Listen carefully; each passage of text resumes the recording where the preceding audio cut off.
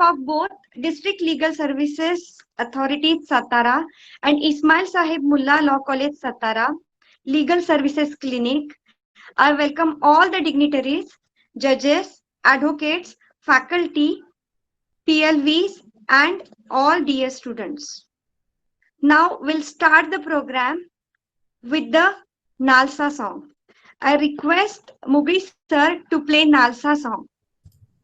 Over to Mugi sir. Okay, madam. Thank you.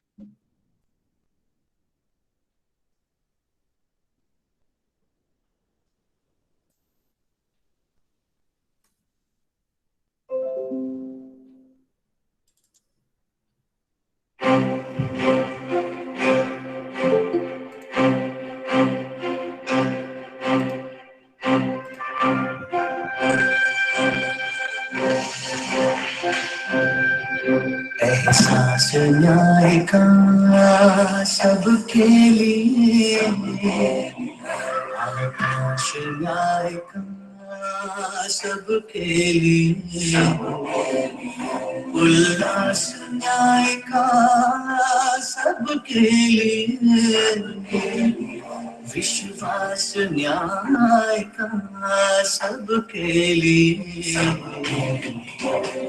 अपने इस हिंदुस्तान पर हक हमारा भी तो है, इंसाफ के इस आशिया पर हक हमारा भी तो है।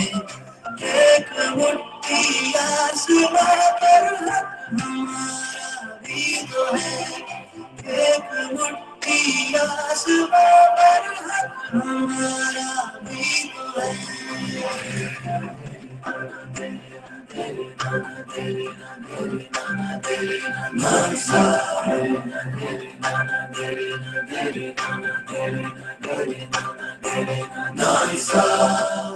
ये ना सोचो दर्द हमारा कहीं सुना न जाएगा, अब न्यायालय खुद चलकर चौपालों तक आएगा। लाचारों को न्याय मिलेगा, दुखियारों को न्याय मिलेगा, कमजोरों को न्याय मिलेगा, मजलूमों को न्याय मिलेगा। इस हिंदुस्तान पर हक हमारा भी तो है, उम्मीदों के इस गुलसितां पर हक हमारा भी तो है। एक मुट्ठी आसमां पर हक हमारा भी तो है, एक मुट्ठी आसमां पर हक हमारा भी तो है।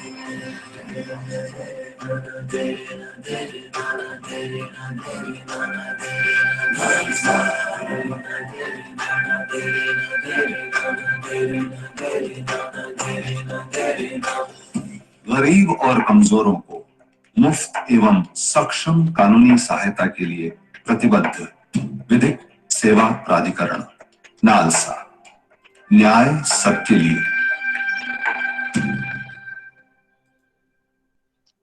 Thank you, Mughli sir. Yes, as rightly we hear the song of NALSA, it is the responsibility of the judiciary that they are going to approach us, and for that purpose we are conducting these awareness program so that the people will approach the judiciary and they will get the justice. So now I request Advocate Rajashree Samant ma'am, panel advocate, District Legal Services Authority, Satara, to give brief introduction of this awareness program. Over to Advocate Rajashree Samant ma'am. Thank you, madam. Good afternoon. Today's distinguished guest, Honorable Srimati T.N. Jadhav madam, Secretary DLSA Satara, Honorable Dr. S.S. Pawar madam, Principal Ismail Sahib Mullah Law College Satara, panel advocates of DLSA Satara, law professors of Ismail Sahib Mullah Law College Satara, paralegal volunteers, students and all known and unknown participants. I welcome you all on behalf of District Legal Service Authority Satara and Rayat Shikshan Sanstha's Ismail Saib Mullah Law College Legal Service Clinic on this today's awareness program on fundamental duties, uh, being the Constitutional Day, which is also known as Samvidhan Divas. We are taking this program to create the awareness and sensitize people about the fundamental duties which are laid down in our Constitution. Along with the rights, people should be aware of these fundamental duties. So I'll take this opportunity to introduce our guest and speaker. First of all, I'd like to introduce Honorable Trupti Nitin Jadhav Madam, Secretary, District Legal Service Authority, Satara. She has completed her graduation in science and has taken law degree. She has also completed her LLM as well. She had joined judiciary in the year 2006. She was appointed at Solapur, Panhala, Nagpur, and Pune. She was chairman of Slum Rehabilitation Appellate Authority at Mumbai, as well as she was principal magistrate at Juvenile Justice Board, Mumbai. Since March 2020, she is secretary of District Legal Service Authority, Satara. I take an opportunity to thank you, ma'am, for her valuable guidance in organizing this program. Thank you, madam. Today's another guest and speaker, an intellectual person, Dr. Sujata Sanjay Pawar, Madam, Principal Ismail Saib Mullah Law College, Satara. She is having an experience of 28 years in this teaching field in Rayat Shikshan Sanstha's Ismail Saib Mullah Law College. She is a recognized PG teacher and a research guide for Shivaji University, Kolhapur in areas of specialization in constitutional law and human rights and health law. She was also appointed as a member on various boards, like Board of Studies in Law, a Senate member, and nominated member of Satara District Consumer Protection Council, nominated member as a Manodhairya scheme member. She has published more than 25 research articles in various national and international journals, as well as 20 research papers are presented in various state, national, and international level seminars and conferences. Even she has published 3 books by international publishers on cyber law, labor law, and biomedical waste management law. She has been awarded and recognized in various areas, like offered National Merit Scholarship by Shivaji University, Kolhapur after LLB third examination in the year 1990-91, awarded Junior Fellowship by UGC in NET examination in the year 1995-96, awarded Excellence in PhD Research Award by Department of Law, Shivaji University, Kolhapur in the year 2009, received Indigo Global Outstanding Educator Award on 11th March 2018 from India Global Chamber of Commerce, Industry and Agriculture for efficient, commendable resource person and consistently significant contribution in the field of education in the Faculty of Law. She has been awarded Hinkardi Award in the year 2019 by Kshitij NGO. Welcome you, ma'am, and I welcome again all the dignitaries in this program. Thank you, madam. Thank you. Now I request Honorable Srimati Trupti Jadhav, ma'am, Secretary, District Legal Services Authority, on occasion of the Constitution Day, as a token of love and patriotism towards our nation, to read preamble of our Constitution. Over to Srimati Trupti Jadhav, ma'am.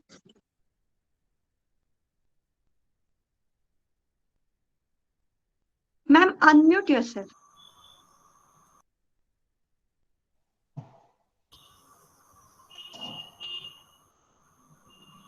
Good afternoon, all.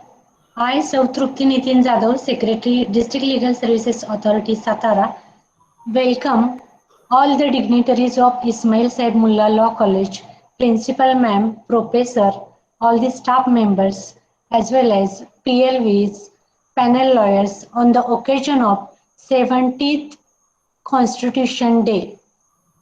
The Constitution of India Preamble. We, the people of India, having solemnly resolved to constitute India into a sovereign, socialist, secular, democratic republic and to secure to all its citizens justice, social, economic and political, liberty of thought, expression, belief, faith and worship, equality of status and of opportunity, and to promote among them all fraternity, assuring the dignity of the individual and the unity and integrity of the nation. In our Constituent Assembly, this 26th day of November 1949, do hereby adopt, enact, and give to ourselves this Constitution. Thank you, ma'am. The preamble of our Constitution gives a brief introductory statement that sets out guidelines which guide the people of the nation and to present the principles of the Constitution and to indicate the source from which the document derives its authority and meaning. Thank you. Thank you once again, ma'am. Now I request Dr. Sujata Pawar ma'am, Principal Ismail Sahib Mullah Law College, Satara, to enlighten us on awareness on fundamental duties. Over to Principal Pawar ma'am. Thank you, Madam. Respected dignitaries, Honorable Srimati Trupti Jadhav Madam, Secretary, District Legal Services Authority, Satara, my colleagues at Ismail Sahib Mullah Law College, and my dear student friends, as well as the panel advocates who are attending today's program. We all know that Ministry of Social Justice and Empowerment in 2015 has decided to celebrate today's day, that is 26th of November, every year as Constitution Day, to promote constitutional values among all citizens. Since our freedom in 1947, so many years have passed, so many decades have passed. However, the India in the dreams of freedom fighters is yet to be achieved. And therefore, to make everyone aware of the unity and integrity of India, it was decided that let every Indian citizen know the values of the Constitution and cherish them as a patriotic citizen. And that is the reason why fundamental duties have been added in the Constitution. As you all know as law students, that original Constitution of India did not include the fundamental duties. The fundamental duties have been added to Constitution of India by 42nd Amendment of the Constitution by introducing a new part 4A, which includes only one section, Article 51A, which states initially 10 fundamental duties, and the 11th fundamental duty has been added by the 86th Amendment of the Constitution. We all know this as students of law. However, the point to ponder is that if you see the history of fundamental duties, where did it come from? Was it new to Indian Constitution only, or have we borrowed it from other countries, other nations of the world? So if we consider this fact, we can go as back as Indian mythology, where the Indian society has been always seen as a tradition where duties have been placed at a very high pedestal. Even Aristotle in the Western world spoke about the states and the citizens with the responsibilities towards states in exchange of the benefits, in exchange of the privileges that state has conferred on the citizen. So this relationship between state and individual in the form of duty has also been cherished in the Eastern as well as Western thoughts. Similarly, the Universal Declaration of Human Rights also speaks about fundamental duties in Article 29(1) of UDHR. Similarly, some other constitutions of the world, like the Irish Constitution or the Constitution of Mexico or Weimar in Germany, they also make fundamental duties a part of their constitutions. So in India also, after considering all this, the Swaran Singh Committee in 1976 recommended these fundamental duties to be added to the constitution. As Madam has read out, that our preamble of constitution starts with the words, we the people of India. And therefore, we the people should be accountable to ourselves for progress of the nation, for unity and integrity of India. And that is why the knowledge of fundamental duties and following the basic fundamental duties proposed by the state in order to attain excellence in all spheres of achievement becomes a national duty. The onus is on us, we the people of India. So fundamental duty is a moral or socio-civic duty that every responsible citizen should follow and practice. However, we should know that there is a difference, that following fundamental duties is not legally obligatory.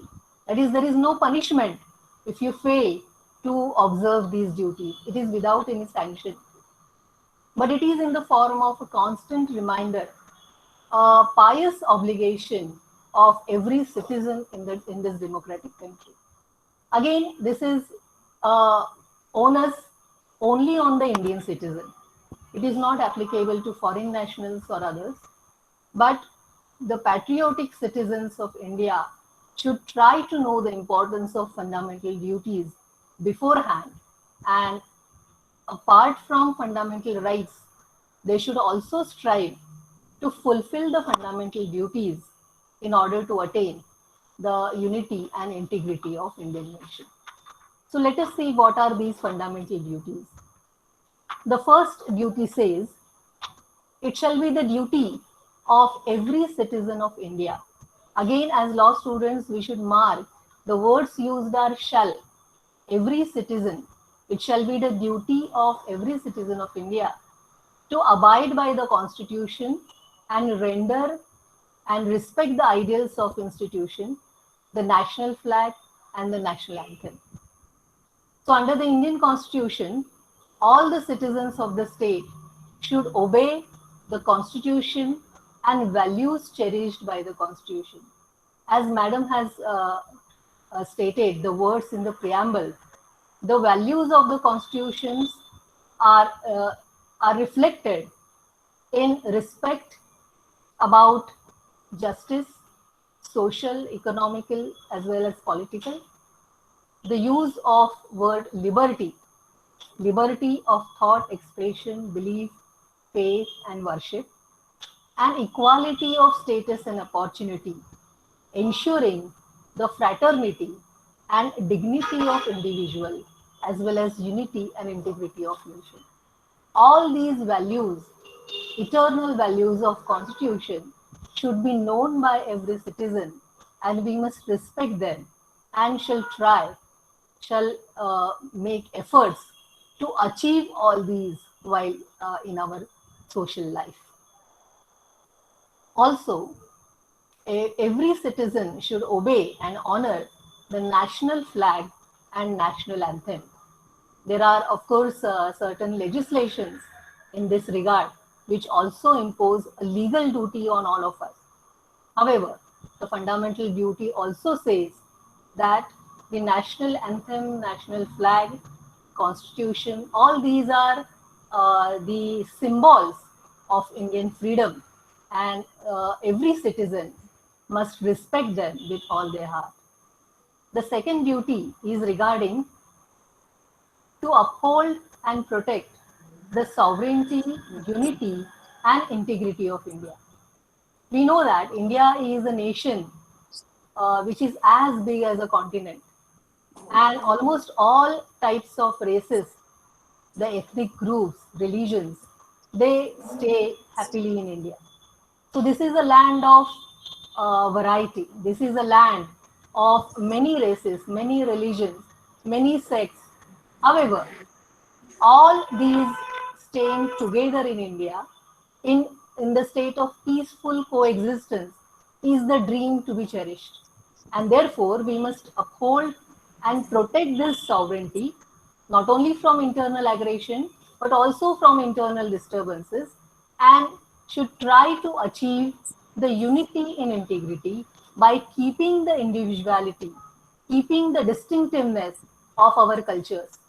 The multidimensional nature of Indian society is to be maintained, but with equal importance given to sovereignty and unity of India. Third duty is to defend the country and render national service whenever called upon to do so. Of course, our armed forces, naval forces, air forces, all are duty bound to protect the nation. But even every ordinary citizen of India is also supposed to do so in the times of need, in times of emergency. This duty extends not only to help India as far as external aggression is concerned in times of emergency, but also in times of internal disturbances, or in times of the natural calamities, when natural calamities like earthquake, flood, or the other situations like the situation of COVID-19, where all of us are under moral duty, under duty to help the government to abide by the orders which are issued by the government in respect of the national duty. So as a civilian also, we will have to respect this duty to defend the country in times of need by abiding the instructions of the government. Next duty is to promote harmony and spirit of common brotherhood amongst all the people of India, transcending religion, transcending linguistic and regional or sectional diversities, and to renounce practices derogatory to the dignity of woman. This is a very important fundamental duty divided in two parts. The first part speaks of the fraternity, the spirit of common brotherhood, neglecting the differences that arise on account of regionalism, caste, creed, and the domicile of different states. We have to remember that in India, we do not have double citizenship like US, where there is a citizenship of state and citizenship of nation. In India, we have only single citizenship, whichever state or union territory you are residing in.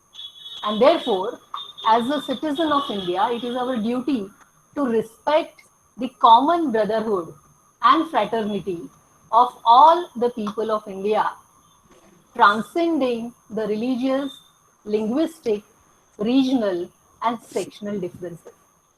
And the other part of the duty is also very important. It speaks about dignity of women.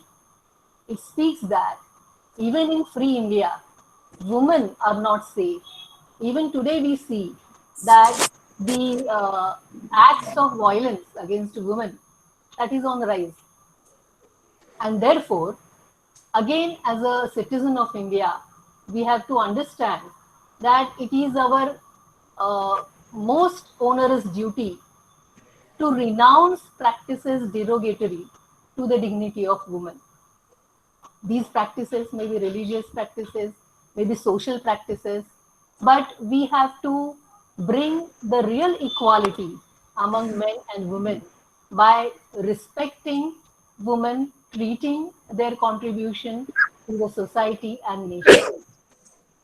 Similarly, another duty speaks about duty to value and preserve the rich heritage of our composite culture.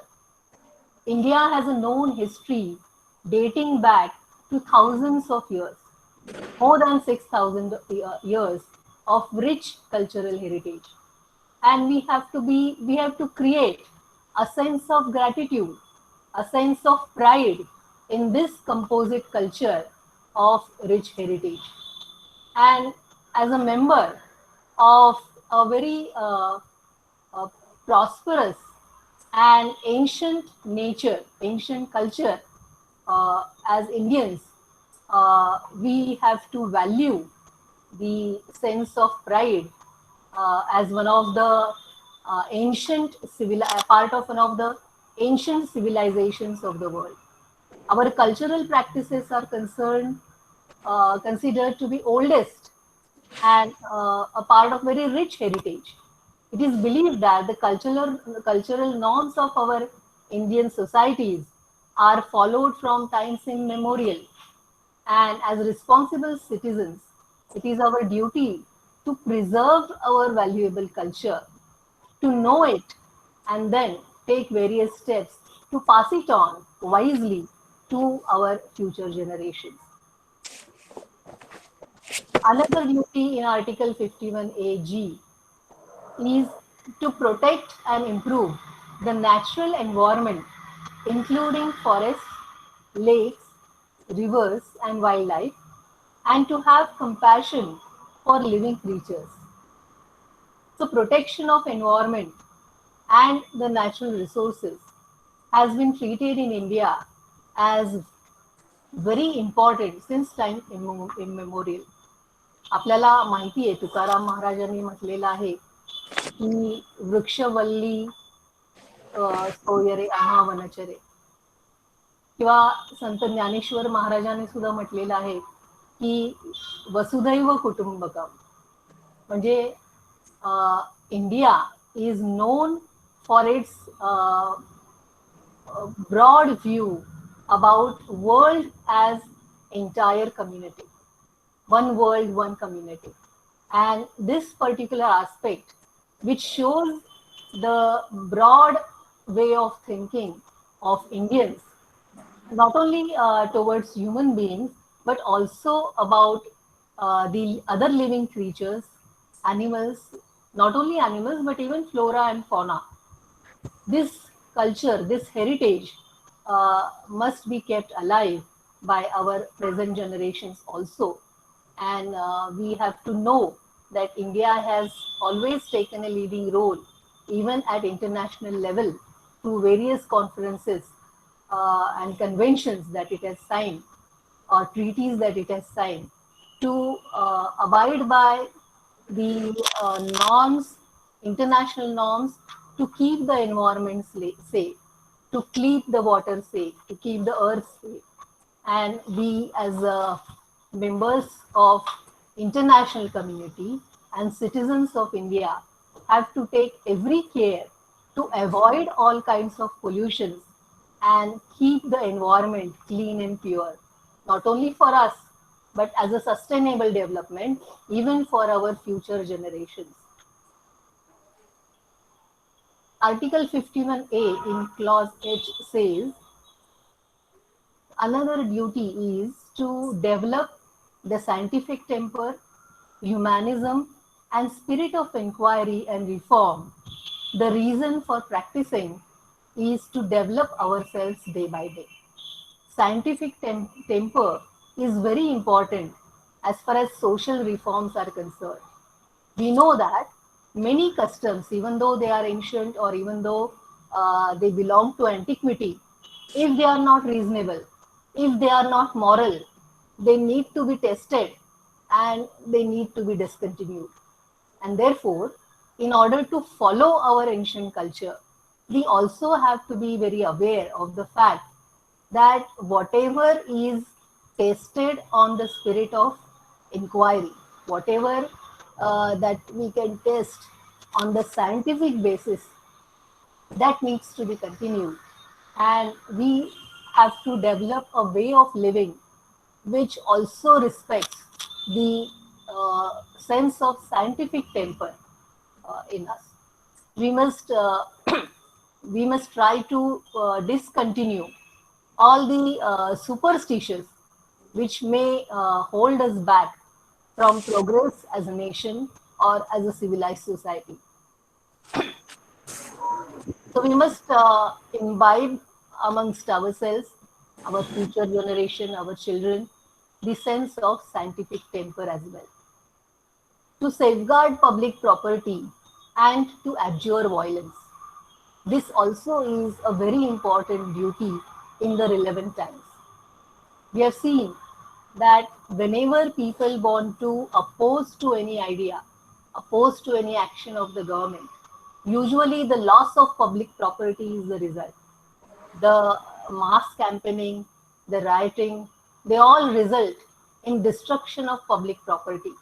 But this loss is not loss of the government, but it is loss of common masses of India, common people of India, because we are the government.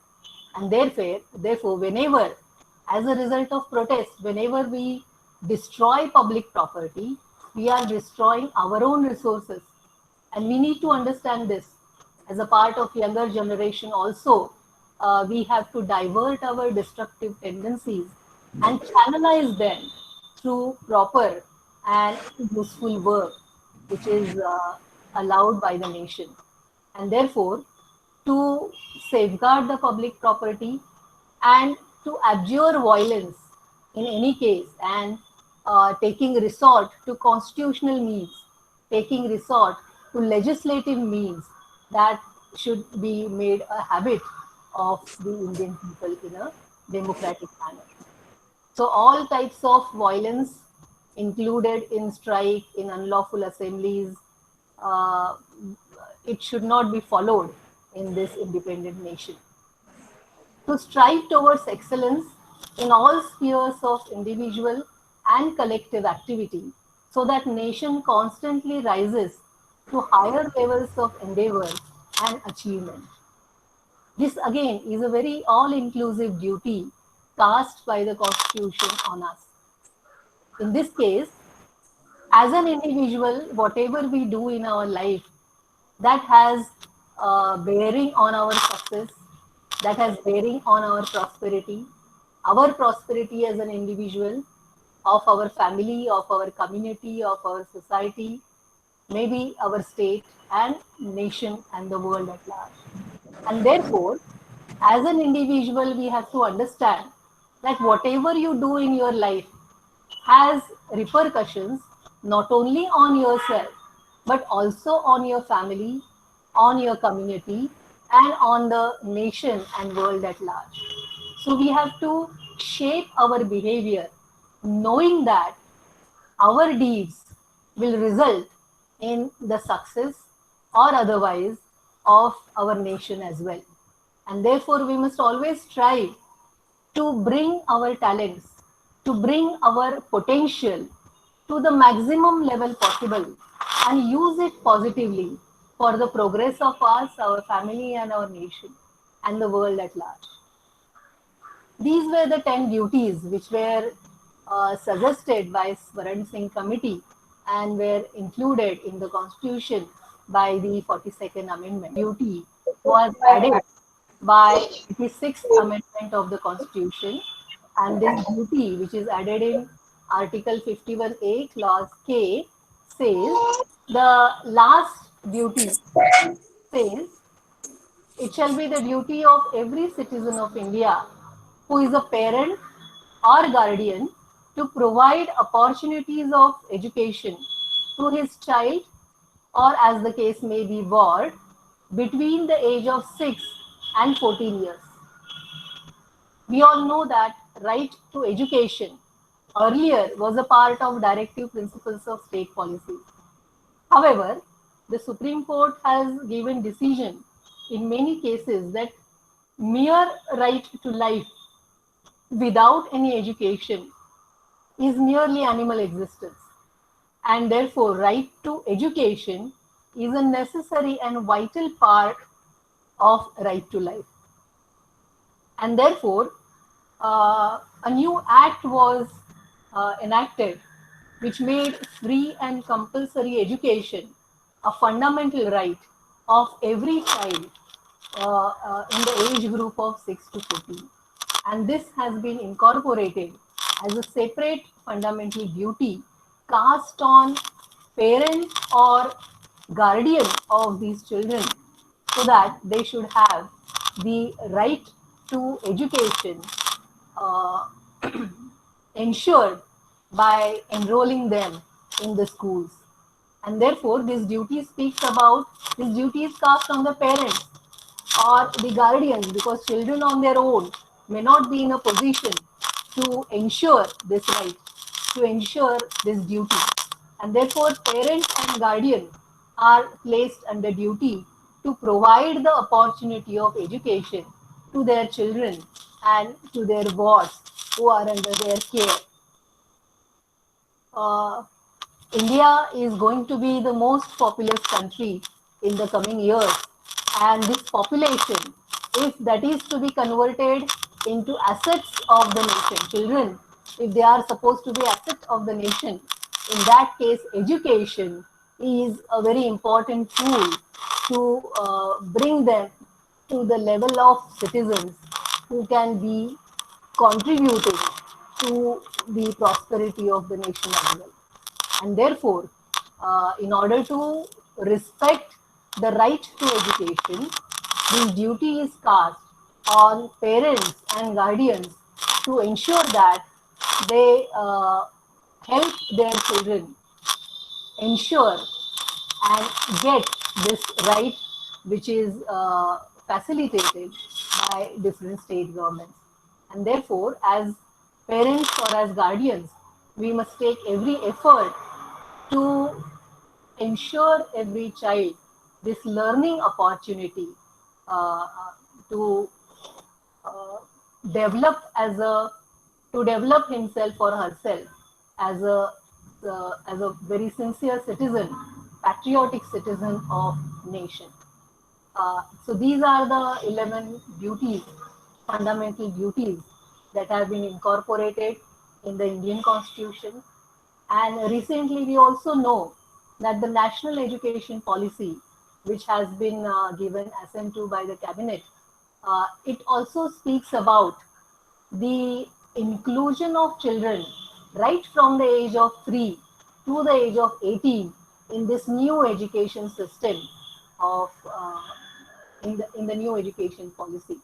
So with that, we have covered almost all the 11 duties which have been prescribed by Constitution of India for all of us. And I think on this occasion of Constitution Day, when we are supposed to remember the sacrifices made by our freedom fighters, the efforts that have been taken by the makers of the Constitution, including the chairman of the drafting committee, Dr. Babasaheb Ambedkar, the dreams of the freedom fighters, their visions for India, and we must rally all our efforts, leaving no stone unturned in this path of progress and prosperity of India, by understanding that it is our collective responsibility as citizens to know first of all what are our fundamental duties, and then to abide by them with all our efforts, sincerity and integrity for the prosperity of nation.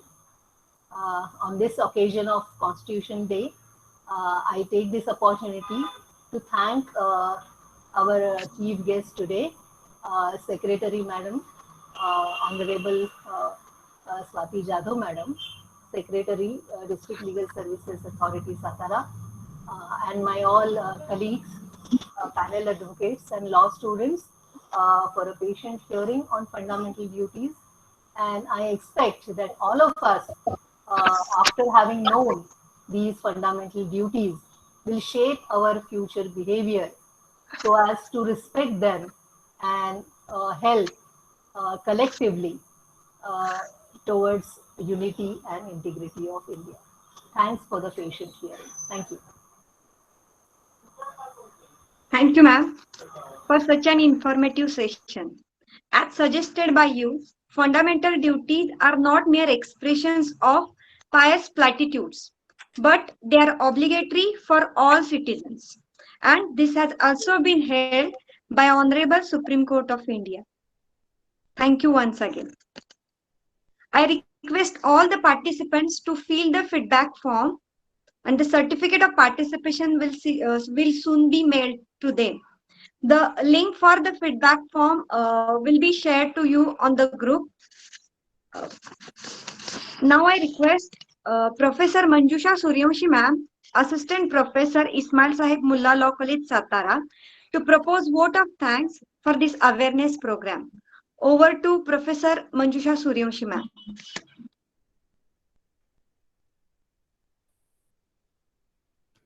Thank you, Madam. I am Mrs. Manjusha Suryavanshi, Assistant Professor Ismail Sahib Mullah Law College Satara, in front of you to express vote of thanks. Today, District Legal Service Authority Satara, in collaboration with Ismail Sahib Mullah Law College Satara, Legal Services Clinic organizes Constitution Day, awareness program for panel advocates, paralegal volunteers on fundamental duties. In this program, first of all, I am thankful to Advocate Rajashree Sawant Madam, Panel Advocate DLSA Satara, and Internship Coordinator Ismail Sahib Mullah Law College Satara for wonderful introduction for this program. Thank you, Madam.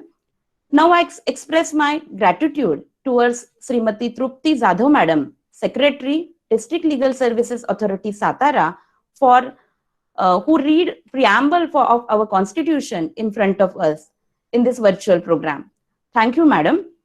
Now I express my gratitude towards Dr. Sujata Pawar, Principal, Ismail Sahib Mullah Law College Satara, who thoroughly explain us and discuss with us fundamental duties. As we know that the fundamental rights are important, but duties are also important because rights and duties are also two sides of one coin. I am thankful to Madam for your informative session. Thank you, Madam. Now I am also thankful to Dr. Deepa Patil Madam for anchoring in this today's program. I am also thankful to Srimati Trupti Jadhav Madam and Dr. Principal Pawar Madam for organization of such a wonderful and informative program. Thank you, Madam. I am thankful to DLSA Technical Support Team for organization of this program. I am also thankful to Ismail Sahib Mullah Law College Technical Support Team for the organization of this program. I am thankful to Advocate Rajashree Sawant Madam, Panel Advocate DLSA Satara, and Internship Coordinator, as well as alumni of Ismail Sahib Mullah Law College Satara for taking efforts for the organization of this program. I am thankful to Sri Anup Mugli, Librarian, Ismail Sahib Mullah Law College Satara, for handling technical support side for this virtual program. I am also thankful to all the teaching, non-teaching staff for the organization of this program. And I'm thankful to all the panel advocates, paralegal volunteers, and last but not least, our students for patient hearing and attendance for this program, virtual program. Thank you. Thank you to all.